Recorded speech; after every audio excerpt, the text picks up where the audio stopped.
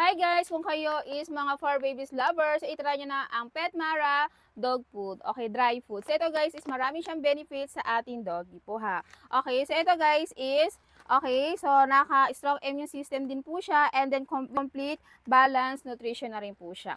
Simula guys, ito yung pinaka dog food ng aking doggy. So hindi po siya as in sakitin. Napakasigla niya. Okay.